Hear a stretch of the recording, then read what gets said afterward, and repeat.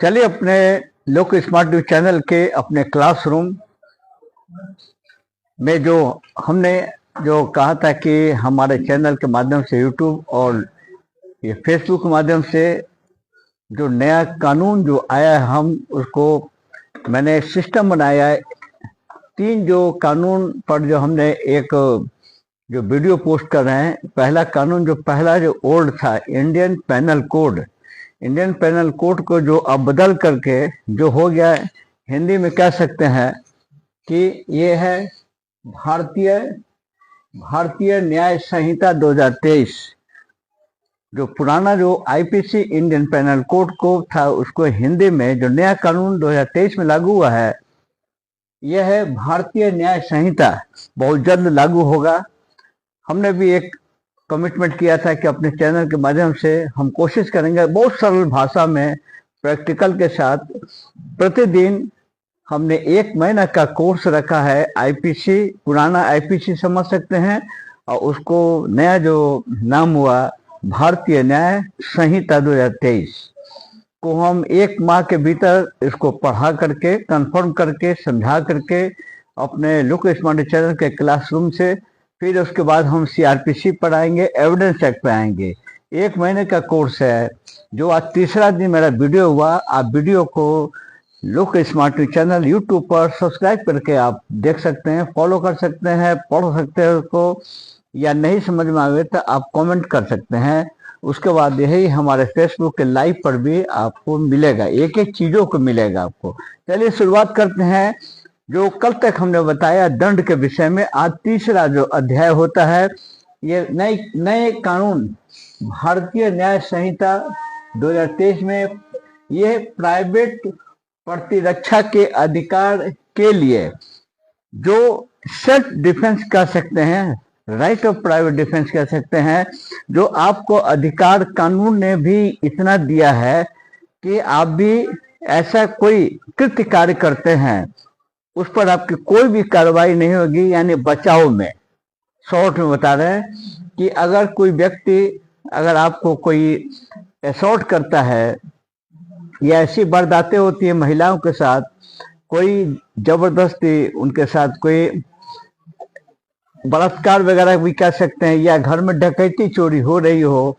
उस समय ऐसा कृत्य जो बचाव में आप जो अपनी सुरक्षा प्रॉपर्टी की सुरक्षा के रूप में जो आप बचाव करते हैं, सीधा आपको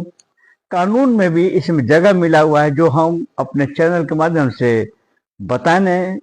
का कोशिश करेंगे डिटेल। यानी वही जो अब भारतीय न्याय संहिता 2023 है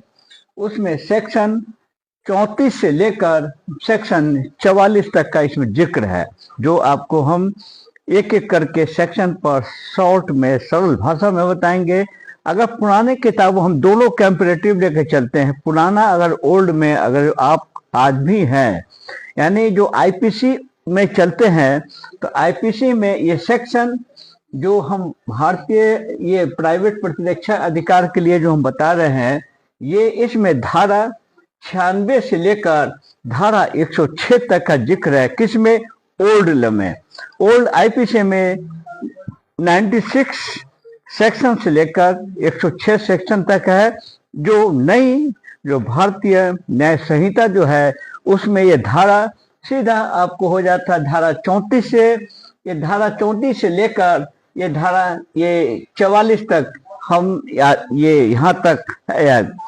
अब आपको हम बताएंगे कि बारी बारी से कि यहाँ तक आप क्लियर हो गए, फिर रिपीट कर देते हैं। पुरानी जो कानून यानी अभी तक है इंडियन पेनल कोड पर, ये जो सब्जेक्ट है अध्याय 3 यानी कि प्राइवेट प्रतिरक्षा के अधिकार के लिए जो आपको कानून ने जगह दिया है, पुराने कानून में वो सेक्शन 96 से लेकर सेक्शन 106 तक में आपको मिलेगा। लेकिन वही जो नया जो कानून जो आ रहा है ये लागू हो चुका है, केवल नोटिफिकेशन बाकी है। कब से क्लिक करेगा उसको बोलते हैं भारतीय न्याय संहिता 2023 में। उसमें जो धारा होता है 34 से लेकर 44 तक है। यहाँ तक क्लियर हो गए होंगे। पुराना नियम पुराना किताब में जो इस चैप्टर का नियम जो प्राइवेट प्रतिरक्षा है वो धारा 96 से लेकर धारा 106 तक का उसमें उल्लेख है। और जो नई जो आने वाला कानून जो लागू होगा भारतीय न्याय संहिता 2023 में, ये 34 से लेकर धारा 44 तक का उसमें जिक्र है। अब आपको हम बताएंगे भारी बारी से कि आखिर दिमाग आपको बात उठता होगा कि आखिर सर क्लियर किया जाए कि प्राइवेट प्रतिरक्षा के अधिकार के लिए ऐसा न हो कि प्राइवेट रक्षा के लिए हम कोई काम करें और हम पर ही केस मुकदमा दर्ज हो जाए। ऐसी बात नहीं होगी, क्योंकि ऐसा वही चीज समझाने के लिए आज हमने चैप्टर को उठाया है। ये जो भारतीय न्याय संहिता 2023 में ये प्राइवेट प्रतिरक्षा के अधिकार के लिए हम चलते हैं, शुरुआत करते हैं 34 सेक्शन। ये 34 जो सेक्शन यहाँ लिखा हुआ है, आखिर धारा 34 क्या है? धारा 34 में डिफाइन करता है ये बात कोई अपराध नहीं है जो प्राइवेट प्रतिरक्षा के अधिकार के प्रयोग के लिए की जाती है। ये नो ऑफेंस नो क्राइम। अगर आप कोई असॉल्ट आप करता हो, जानलेवा हमला करता हो, घर में अपराधी घुसते हो, आपका प्रॉपर्टी नुकसान करने वाले हो, आप पर असॉल्ट कर सकता है, जानलेवा हमला कर सकता है, महिलाओं के साथ कोई बलात्कार या कई हिंसात्मक कार्रवाई कर सकता है, या आपको लगे कि नहीं ऐसा इसका काउंटर जवाब होना आवश्यक है, तब आपके जान माल की सुरक्षा हो सकेगी। उसी के लिए ये सेक्शन है जो डिफाइन करता है कि ऐसा कोई अगर आप काम करते हैं तो ये सीधा सेक्शन ये 34 के मुताबिक ये कोई क्राइम नहीं है या रिलैक्स है या अपवाद है, आप कोई तरह का कार्रवाई नहीं होगा। यहाँ तक आप समझ गए होंगे। 34 का हो गया। अब हम चलते हैं ये सेक्शन 35। सेक्शन 35 में अगर चलते हैं कि धारा जो 40, धारा 40 का कंपैरेटिव जो इसको सीधा करता है आपको, ये आपको 35 से कंपैरेटिव 35 के जोड़ता है ये सेक्शन 40 से। क्या जोड़ता है? तो सेक्शन 40 कहता है कि ये अंतर्विष्ट निबंधनों के अध्ययन हर व्यक्ति का अधिकार है। क्या अधिकार है? और सुनिए, नंबर 1 कि मानव शरीर पर प्रभाव डालने वाले किसी अपराध का विरुद्ध अपने शरीर और किसी अन्य शरीर की प्रतिरक्षा करें। यानी 35 का कहता है कि हमने जो बताया अभी कि कोई आप पर असॉल्ट करता है या आपका शरीर पर किसी तरह का कोई अपराध करता है, आप वहां पर उसके बचाव में, डिफेंस में कोई भी आप अपने बचाव में कर सकते हैं, यानी कि उसके प्रतिरक्षा करें, डिफेंस में आप भी तैयार हों उसका जवाब देने के लिए। जो 35 का जो हम बता रहे हैं आपको में, इसमें कोई अपराध नहीं है। यहां तक आप क्लियर हो गए होंगे। अब चलते हैं इसका 35 का ख कहता है किसी ऐसे कार्य के विरुद्ध जो चोरी, लूट, रिश्त या आपराधिक अत्याचार के परिभाषा में ये कोई वाला जो अपराध होता है जो चोरी, लूट और रिश्ते के आपराधिक अत्याचार करने का प्रयत्न है, अपनी या किसी अन्य व्यक्ति को चाहे जगह हो चाहे स्थावर संपत्ति की रक्षा करे। मैंने अभी बताया आपको कि कोई आप पर कोई क्राइम करे, घर में घुसे, बाहर घुसे, रोड पे जा रहे हो, तो आप उसके अपनी जानलेवा प्रॉपर्टी के लिए आप बचाने के लिए आप किसी तरह का बचाव कर सकते हैं, प्रतिरक्षा कर सकते हैं, जो सीधा अधिकार जो भारतीय न्याय संहिता के तहत 35 का क के तहत ये लागू है। यहां तक आप क्लियर हो गए होंगे। उसके बाद हम 35 क और ख हमने दोनों बताया। अब हम सीधा चलते हैं, तीसरा सेक्शन आते हैं 36 कहता है कि जब कोई कार्य अन्यथा कोई अपराध होता, उस कार्य करने वाले व्यक्ति के ये उसके बलरूप समझ में परिपक्वता का अभाव, अगर मान लीजिए मैच्योर नहीं है ऐसा व्यक्ति, कहने का मतलब या मानसिक रूप से या मतता के कारण उस व्यक्ति के किसी भ्रम के कारण ये अपराध नहीं है। यानी कि आप देखे होंगे 36 में बहुत से पागल आदमी जो होते हैं, एबनॉर्मल होते हैं, अगर वो पागलपन में कोई घटना कर देता है तो जो सेक्शन 36 कहता है कि ये उसको अपराध की श्रेणी में गणना नहीं की जाएगी। कोई पागल मतता दीवाला जो होते sense of sense psycho type के जो लोग होते हैं, कोई अगर ऐसा अपराध कर दें, वो अपराध की श्रेणी में उसका किया गया कृत्य नहीं आएगा। उसी प्रकार दूसरा है कि अब मानसिक या मैच्योरिटी, यानी बच्चा कह सकते हैं कि चाइल्ड बच्चा हो, पागल हो मानसिक रूप से, या मतता उसने काफी शराब पी रखी हो सपोज, या ऐसे नशे में हो मतता, जिसका डिफाइन बाद में समझाएंगे, कि इस परिस्थिति में अगर कोई अपराध कर देता है तो आप उस पर पुलिस एफआईआर दर्ज नहीं करेगी, एंट्री करेगी और उसका वेरीफाई करेगी, जांच पड़ताल होगा। ये सपोज कि कोई पागल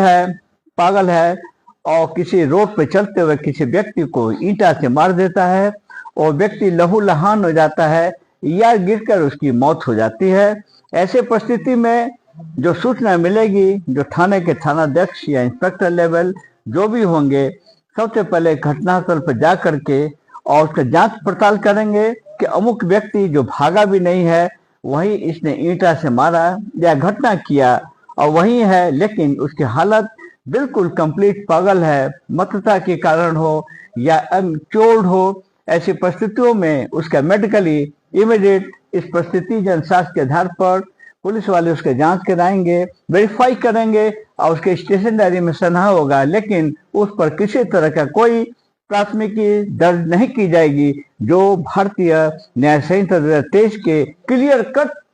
36 में क्लियर कर दिया गया। हम उम्मीद करते हैं कि यहाँ तक आप हमारे क्लासेस आप समझ गए होंगे।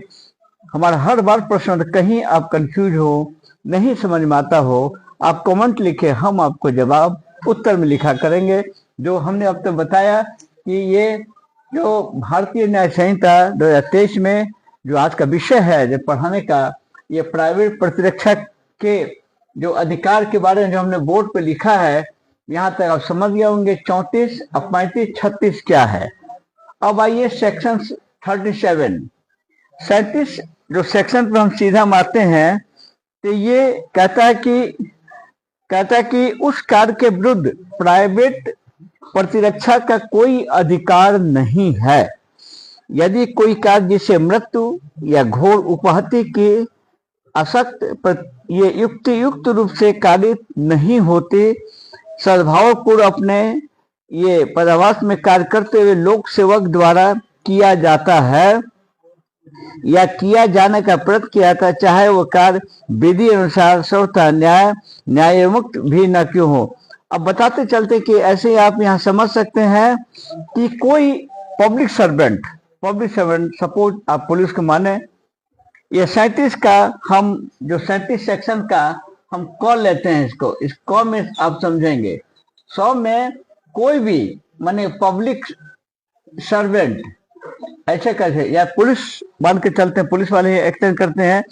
कि पुलिस वाले कोई ऐसे ड्यूटी क्रम में अगर कोई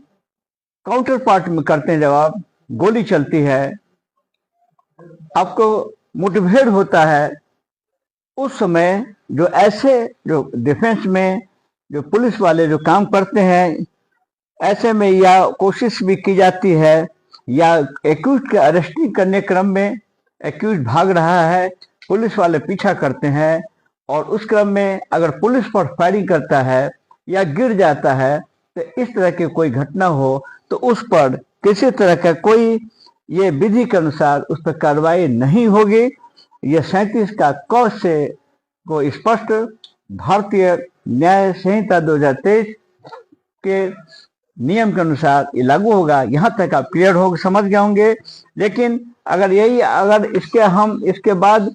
अब इसका एक और भाग है, इसका भाग हम अब सीधे आते ख पे आते हैं। इसी का 37 का क बताया, इसका ख है। ख सेक्शन बोलता है कि यदि कोई कार्य जिससे मृत्यु या घोर उपाहित की आशंका उक्त रूप से कारित नहीं होती, सद्भाव पूर्वक अपने पदाभास के कार्य करते हुए लोकसभा के निर्देश से किया जाता है या किए जाने का प्रयत्न किया है तो उस कार्य के विरुद्ध प्राइवेट प्रतिरक्षा का कोई अधिकार नहीं है, चाहे विधि अनुसार सर्वथा ये न्यायोन्मुख न भी हो। इसके बाद नेक्स्ट भी और हम आपको क्लियर कर देते हैं कि ये किसी भी दशा में प्राइवेट प्रतिरक्षा का अधिकार का विस्तार उतनी अपहानि से अधिक ये अपहानि करने पर नहीं होगी जितना प्रतिरक्षा के प्रायोजन करने का आवश्यक है। सपोज हम आपको एक एग्जाम्पल में हम कोट करना चाहेंगे तो आप समझ सकते हैं कि अगर कोई व्यक्ति लोक सेवा द्वारा यानी पब्लिक सर्वेंट के द्वारा ये ऐसे पब्लिक सेवा के नाते किए गए या किए जाने के लिए प्रयत्नित कार्य के विरुद्ध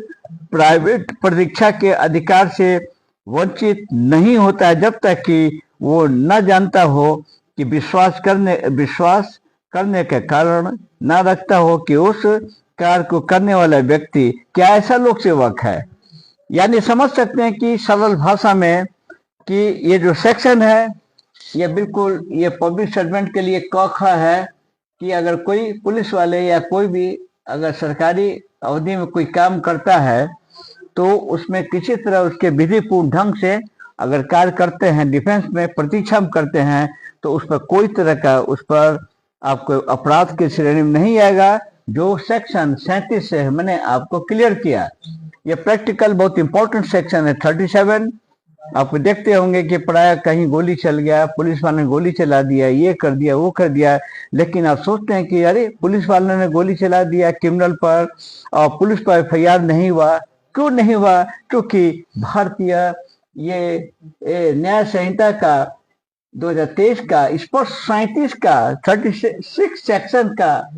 क और ख में उसको अधिकार मिला हुआ है। हमारी राइट में हमको लगता है कि आप समझ गए होंगे अपनी हमारी भाषा में। अब सीधा आता है सेक्शन 38 की बात हम करते हैं। सेक्शन 38 जो प्रतिरक्षा के अधिकार के लिए जो चैप्टर 3 में आज चल रहे हैं। 38 सेक्शन कहता है कि शरीर की प्राइवेट प्रतिरक्षा के अधिकार का विस्तार पूर्ववर्ती जो अंतिम धारा 37 में जो उपहति जो कारित करने का है, यह अपराध जिसके कारण उस ये अधिकार के प्रयोग का अवसर आता है या ऐतिहासिक पश्चात प्रमाणित भांतियों में से कि एक की भांति का है। यानी इसका भी हम क्लियर कर देते हैं कि ऐसा हमला जिससे युक्त रूप से आसक्त कारित हो के अन्यथा ऐसे हमले का परिणाम मृत्यु होगा। ऐसा समझिए कि यानी कि जो ऐसा घटना की ऐसे कार्रवाई करने से डेथ भी हो सकता है या ऐसा हमला जिससे युक्त रूप से आशंका कारित हो अन्यथा ऐसे हमले का परिणाम घोर उपहत्या होगा, मतलब सीरियस इंजुरी होगा। आप समझ सकते हैं कोई व्यक्ति किसी पर इस तरह से जानलेवा हमला, जो मैंने पहले भी डिस्कशन में बताया था, जानलेवा हमला करे, जान भी जा सकता है या जो मृत्यु भी हो सकती संभावना है उसका होता व्यक्ति। और तीसरा इसी में है कि व्यापरण या अपहरण करने के आशय से किया गया हमला। सपोज आप देखते होंगे कि बहुत से लोग किडनैप करते हैं, उठा लेते हैं जबरदस्ती या किसी को अंडरग्राउंड करने के लिए और उसको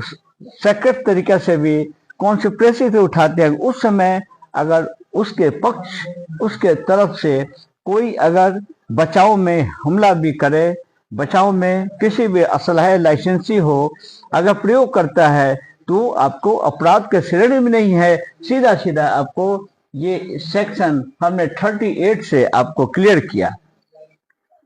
उसके बाद हम चलते हैं, इस कैटेगरीज है यानी कि किडनैपिंग्स, व्यवरण और आपको ये किसी तरह का असॉल्ट करना आपके फीलिंग पर, ये आप सेक्शन का इसका अगर बचाते हैं अपराध श्रेणी में नहीं है। जो सेक्शन ये भारतीय न्याय ये संहिता 2023 के 38 इसको कवर करता है। अब फिर हम चलते हैं सेक्शन, इसके बाद सपोज आप देखेंगे कि अम्ल फेंकने या बहुत से देखते हैं कि तेजाब फेंक देता है किसी लड़की पर, किसी व्यक्ति पर। आप बैठे हो, बच्ची जाती हो, आते हैं अपराधी, उसके ऊपर शराब तेजाब फेंक देते हैं। उस परिस्थिति में अपने बचाव में आप किसी हद से हद तक आप प्रतिरक्षा कर सकते हैं। यह सीधा नया कानून ने आपको 38 में पावर दिया है, इसलिए आप प्रतिरक्षा करने का पूरा अधिकार है। कोई सी तरह का FIR आप पर नहीं होगा, या ऐसे अम्ल फेंकने देने का प्रयास करना युक्ति रूप से आसक्त कारित हो, ऐसे तथ्य परिणाम स्वरूप, अन्यथा जो सीरियस आप इंजुरी हो सकते हैं। तो इसमें स्पष्ट साफ सुथरा ढंग से दिया गया, आप इस सेक्शन का इसमें प्रयोग आप कर सकते हैं। यानी कि यहाँ तक स्पष्ट हो गया होगा कि आपको सार समझाएंगे बाद में। अब सीधा हम चलते हैं 39, जो 39 सेक्शन जो भारतीय न्याय संहिता का है, ये आपका अधिकार बताता है कि यदि अपराध पूर्वगामी धारा 38 यानी इसका कंपैरेटिव करता है, 39 का कंपैरेटिव 38 का भी इसमें इंक्लूड करता है। ये 39 सेक्शन 38 को भी टैग करते हुए ये कहता है कि यदि अपराध पूर्वगामी धारा 38 में प्रमाणित भांतियों में से किसी के भांति का नहीं है, या शरीर के प्राइवेट प्रतिरक्षा के अधिकार का विस्तार हमलावर की मृत्यु सुरक्षा कारित करने तक का नहीं होता, किंतु इस अधिकार का विस्तार 37 में जो मैंने बताया, ये हमलावर के मृत्यु बिन कोई अपहानि सुरक्षा कारित करने तक का ये होता है। ये यानी समझ वही चीज है, 38 का 39 का दोनों का कंपैरेटिव समतुल्यता का जिक्र है, आप जो हमने डिटेल बताया। अब हम सीधे चलते हैं सेक्शन 41 पे आते हैं। ये सेक्शन अगर 41 पे हम चलते यहाँ से जुड़ते हैं, 40 पहले 40 क्लियर कर देते हैं। 40 सेक्शन कहता है कि शरीर के प्राइवेट प्रतिरक्षा का अधिकार उस क्षण प्रारंभ हो जाता है जब अपराध करने के प्रयत्न उसके धमकी के शरीर से संकट की युक्त संकट जो पैदा होता है, फीलिंग जिसको मैंने बताया, तो वो इस अपराध न किया गया हो तब तक बना रहता है, जब तक शरीर के संकट की ऐसी आशंका बनी रहती है। ये वही सेक्शन 40 है जो हमने बताया, सब एक दूसरे से पूरक। यहाँ से 38, 39, 40 यहाँ तक एक दूसरे के सब कॉर्पोरेट सबका एकदम सब एक दूसरे से कॉर्पोरेशन करते हुए ये स्पष्ट है। 41 में चले आते हैं कि संपत्ति के प्राइवेट प्रतिरक्षा का अधिकार, जो 37 में जो मैंने बताया, यानी प्रॉपर्टी के बारे में जो क्लियर कट हमने इसको भी सब सेक्शन 37, 38, 39, 40, 41 सब एक दूसरे का पूरक है, कह सकते एक दूसरे से जो कैंडिडेट केवल समझने के लिए अलग अलग पार्ट जो धारा सेक्शन बना दिया गया है। ये अवसर पर होते ऐसी चोरी रिष्टि जो मैंने पहले भी सेक्शन में आया था, चोरी रिष्टि या आपराधिक अत्याचार है, जो सेक्शन 41 में जो अभी मैंने बताया इसके पहले, ये 41 का जहां तक जो जिक्र है, जो 41 के जहां तक जिक्र है, ये सब एक दूसरे का बिल्कुल कोरिलेटेड है सब के ये प्रति कारण उस अधिकार का प्रयोग का अवसर होता है। सपोज अब आपको दो चीज बता रहे हैं आप पर 41 से आपको क्लियर होगा, जो हम बता रहे हैं 41 में 41 का क्लियर है। जैसे कि लूट है, सपोज लूट माने रॉबरी इंग्लिश में बोलते हैं, ऐसा लूट जिसमें अपराधियों की संख्या 5 से कम हो, 3-4 की संख्या हो, असलहों के साथ धमकी के साथ अपराध या तो रोड पर करे चाहे घर में करे, वो सेक्शन जो लूट उसको बोलते हैं। ये 41 के तहत सेक्शन को बोलता है लूट, और बोलता है कि रात्रि में गृह भेदन, रात्रि माने कि रात के वक्त आप देखते हैं कि अपराधी घर में घुस करके अपराध करते हैं, या रात में ये सेंधमारी करके भी ये देखे होंगे आप, ये क्रिमिनल घुसता है उस अवधि में, यानी लूट और गृह भेदन। और तीसरा है कि अग्नि द्वारा रिष्टि, किसी निर्माण तंबू या जलयान में से कोई की गई हो, मानव आवास के रूप में से संपत्ति की अभिरक्षा के स्थान पर रूप में उपयोग में जो लाया जाता है, समझ गए होंगे। नेक्स्ट कहता है कि चोरी रिष्टि, गृह अत्याचार में हाउस ट्रेसपास, ऐसे परिस्थितियों में जो भी अपराध जो कोई करता है कोई, तो उसमें आप युक्तियुक्त रूप से आशंका कारित हो, आपका ऐसा संभव हो कि ऐसा हो सकता है, होगा, तो प्राइवेट प्रतिरक्षा के अधिकार का प्रयोग न किया गया तो परिणाम मृत्यु या घोर पारित। जब ऐसा फीलिंग आपका हो कि ऐसी घटना होगी, हमारी मौत हो जाएगी, ये होगी, आशंका जब पैदा होगा, तो आप ये सेक्शन जो हमने बताया 34 डिफाइन कर पूरा सेक्शन, ये आपको ये प्राइवेट प्राधिकार के अधिकार का जो नियम हमने बताया, न्याय कानून, भारतीय न्याय संहिता के पूरा अप्लाई है। 34, 35, 36, 37, 38, 39, 40, 41 तक पूरा अधिकार है। आप इसके बाद हम नेक्स्ट क्लियर करेंगे, आप सेक्शन पहले क्लियर कर दे। अब आते हैं सेक्शन 42। 42 क्या बोलता है कि यदि कोई अपराध जिसके लिए किए गए प्रयत्न से प्राइवेट प्रतिरक्षा के अधिकार के प्रयोग में जो अवसर आता है, ऐसी चोरी, रिष्टि या आपराधिक अत्याचार है, धारा 41 में प्रमाणित भांतियों के मध्य किसी भांति का न हो। यानी उसने एक अलग, या इसने करता सेक्शन अलग अलग टाइप ऑफ बनाया, उसने उस अधिकार का विस्तार सुरक्षा मृत्यु कारित करने के लिए तब तक नहीं होता है, किंतु उसका विस्तार 37 में वर्णित जो हमने बताया है आपको, यानी कि सेम वही है, हम आपको सार के समझाएंगे। 42 भी उसका है। अब आइए सीधे 43 सेक्शन। 43 सेक्शन जो कहता है कि संपत्ति के प्राइवेट प्रतिक्रिया के अधिकार क्या क्या है, तो प्रारंभ होता है संपत्ति के संकट के युक्त जब संकट हो, यानी प्रॉपर्टी को लेकर के जो भी समस्या होते हैं, लूट क्राइम जितना आएगा, ये टोटल फिर उसी को साल के डिटेल करते पावर देते हुए 43 में आ जाते हैं। 43 में इसमें जब तक बना रहता है, जब तक वो कंप्लीट क्राइम होने वाला हो और आपका शंका हो, ऐसा हो, तो आप इस सेक्शनों का प्रयोग करके अधिकार है प्रॉपर्टी, अपना निज जानलेवा प्रॉपर्टी, सीधी जो ऐसा अपराध जो प्रॉपर्टी के अगेंस्ट हो, वैसे में लूट जो बताया, रात्रि में गृह भेदन से संबंधित, ऐसे समय आप बचाव में आप किसी तरह का कोई अगर किसी भी तरह का असलहा या प्रयोग करते हैं, कोई घटना आपके कारण, अगर आपके गोली लगने के कारण उसका डेथ भी हो जाता है, तो इस तरह से इसमें किसी तरह का कार्रवाई उसमें FIR नहीं होगा। और सीधा सीधा हम चलते हैं सेक्शन अंत में, लास्ट सेक्शन है 44। अंत में जो 44 के बारे में हम क्लियर आपको कर देते हैं कि सेक्शन 44 ये है कि किसी हमले या मृत्यु की आशंका युक्ति उस रूप से जो कारित होती है, उसके विरुद्ध प्राइवेट प्रतिरक्षा के अधिकार के प्रयोग करने में यदि कोई प्रतिरक्षक ऐसी स्थिति में हो, तो निर्दोष व्यक्ति के अपमानने के जोखिम के बिना इस प्रकार अधिकार का प्रयोग कार्यसाधक रूप में न करे, तो प्राइवेट प्रतिरक्षा के अधिकार का विस्तार का जोखिम उठाने तक है। आज हमने अपने लुक स्मार्ट चैनल के YouTube और ये आपको Facebook के माध्यम से हमने जो बताया, पढ़ाया और कोशिश किया कि जो नई जो कानून जो आ रहा है, IPC का जो नाम बदल करके भारतीय न्याय संहिता है, आपको भी अधिकार है प्रतीक्षा, कोई अपराध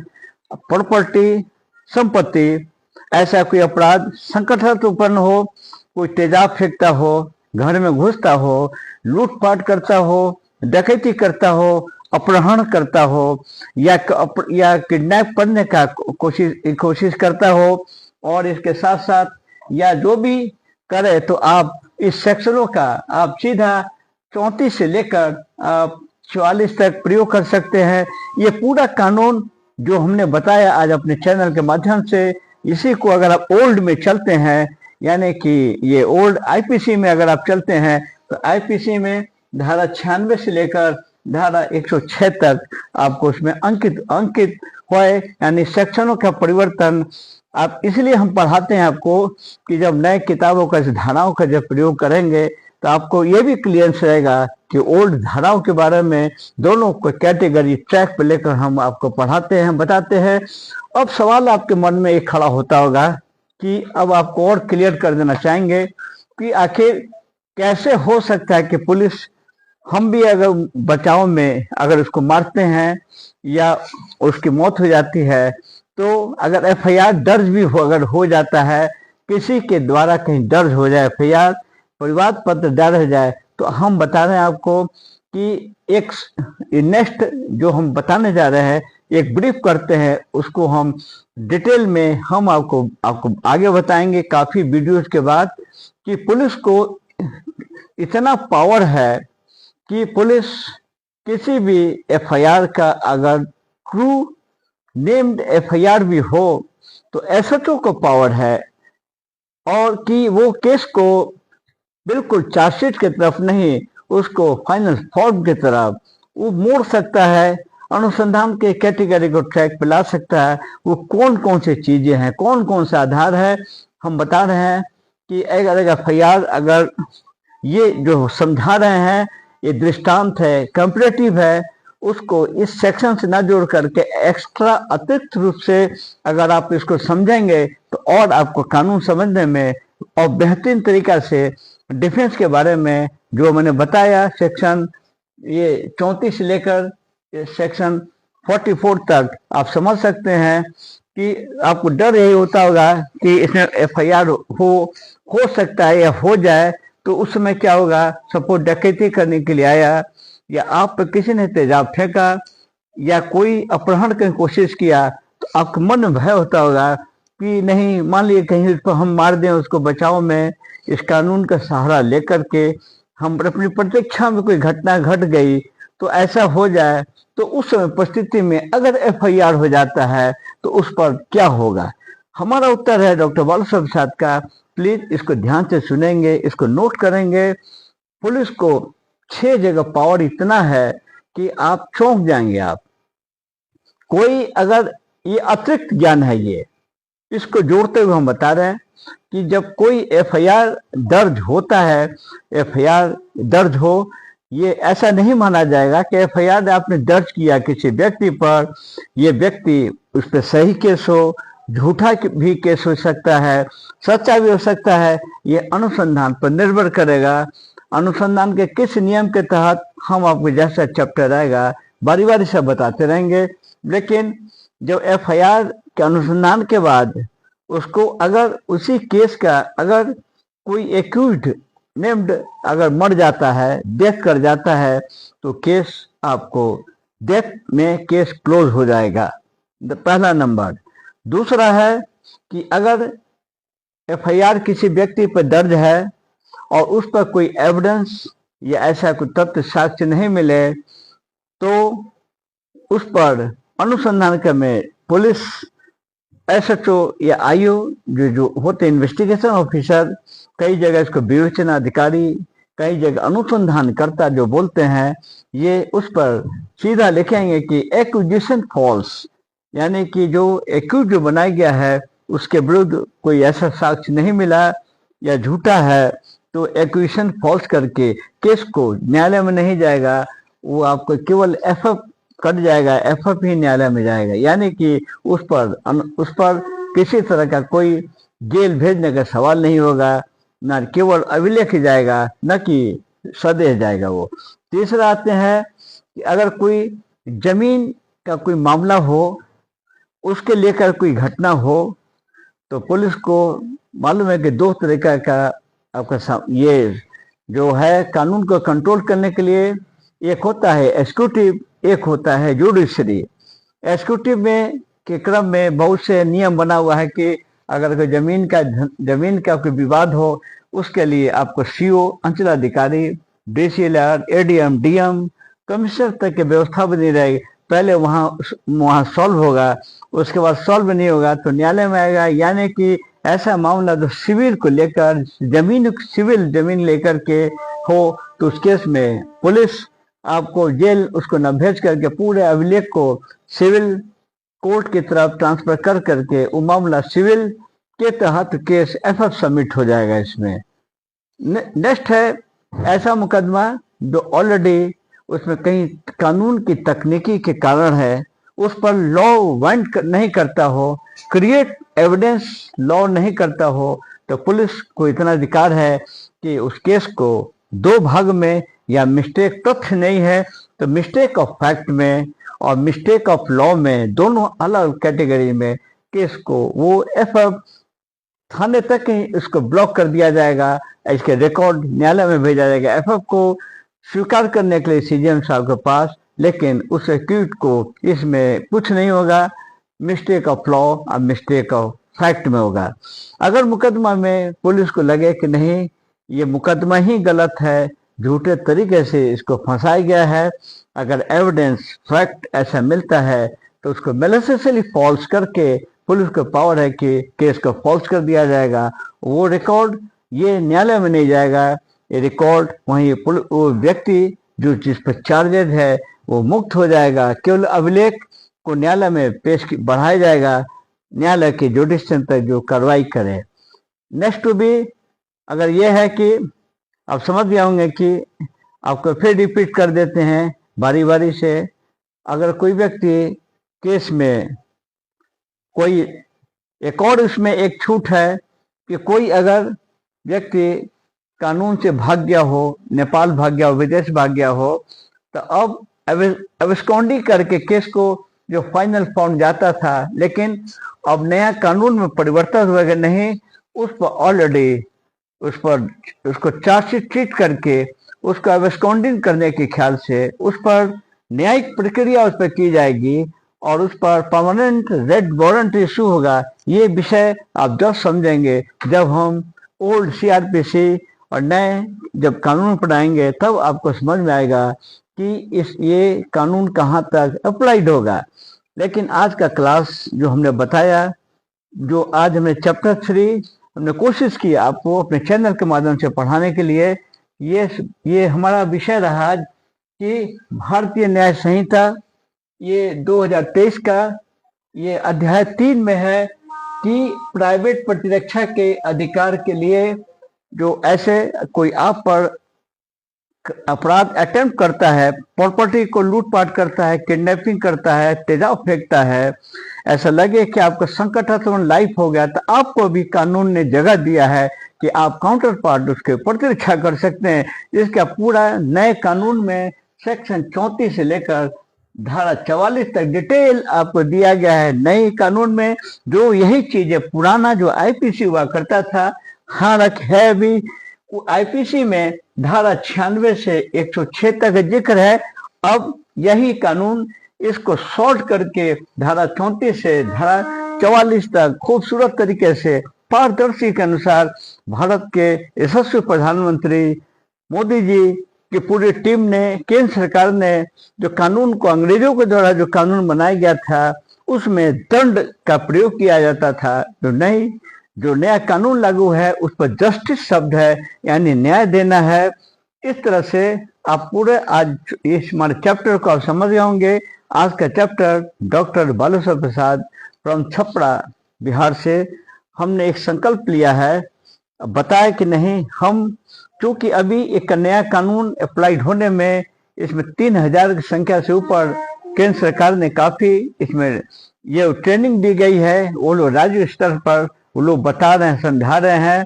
कई चीजें इसमें परिवर्तन होंगी, इसमें टेक्निकल कारण आएंगे। तो डॉक्टर बालूसाहेब साहब का प्लान हुआ क्यों नहीं हम इसमें असिस्ट करने के लिए, पुलिस वालों को असिस्ट करने के लिए, ब्रदर्स हमारे एडवोकेट को असिस्ट करने के लिए सभी जगह जनहित में हमने एक अभियान चला रखा है कि क्लास नए कानून को पढ़ाने के लिए प्रतिदिन जो 1 महीना का कोर्स हमने जो रखा है, यानी कि भारतीय न्याय संहिता 2023 का, हमको लगता है कि आपको हमारे क्लासेज में आपको समझ में आया होगा। अगर नहीं आया होगा तो आप हमारे कमेंट बॉक्स में लिख सकते हैं, सवाल खड़ा कर सकते हैं, प्रति प्रश्न का उत्तर आपको देगा। फिर मिलेंगे कल आपको नेक्स्ट टू बी चैप्टर पर, नेक्स्ट विषय पर। जय हिंद।